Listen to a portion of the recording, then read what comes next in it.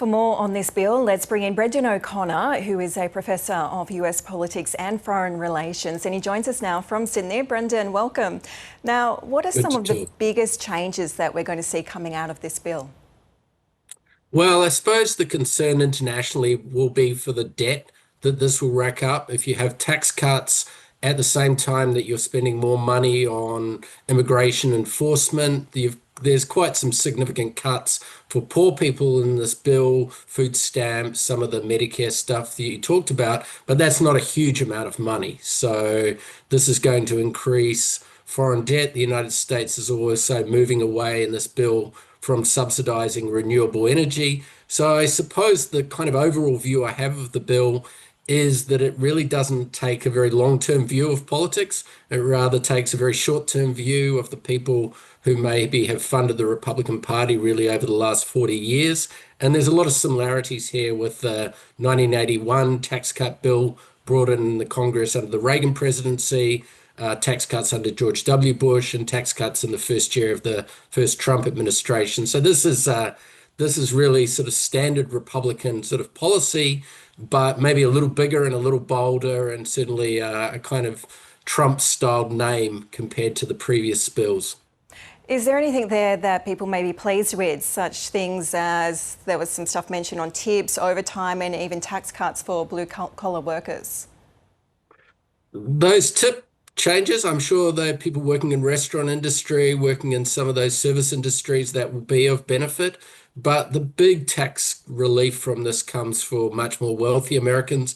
And also there was a lot of talk during the negotiations about gutting the IRS, the American Tax Department, so making it harder for the tax department to pursue people like Donald Trump, who often have run-ins with about their taxation. So I think, like the 1981 bill, the Kemp-Roth bill, and Bush's bill, I think the overall impact, most analysts are saying, will be an increase in income inequality in the United States, which has really been the pattern of most Republican presidencies that we've seen since the 1980s, that they favor the more wealthy over the very poor in the United States, and that gap just keeps expanding. And I think that will be the net effect of this bill. Do these changes have the potential to affect us here in Australia? Well, I think people who have superannuation in Australia might have been hearing about there were provisions to maybe tax Australian superannuation companies in the original draft. I think that's out now. The Australian superannuation groups have been on the web. I was investigating into that, happy with the removal of that. In broader terms, I think it just creates a kind of uncertainty that the United States, if it was to get expert advice from economists, would probably be addressing its debt problem. I think that's what most smart economists would say. So the ignoring of that debt problem, does that create instability with the US dollar? Does just sort of put all of these problems, the big kind of overall problems with the US economy, down the road for the next presidency? What about affecting the world globally? There is a lot of money that will be cut from here.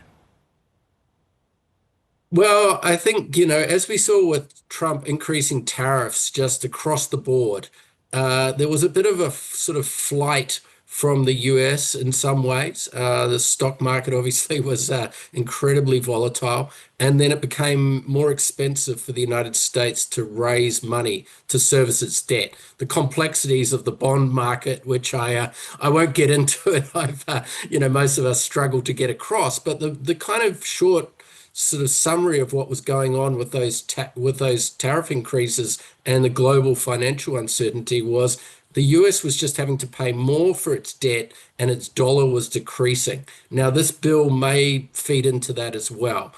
These are complex sort of issues, but I think there will be some sense that the adults still aren't in charge, and this bill is really about servicing the business community, wealthy Americans. This is about serving the traditional Republican kind of donors and the people the Republican Party tend to look after in their major bills in the first year of any Republican presidency.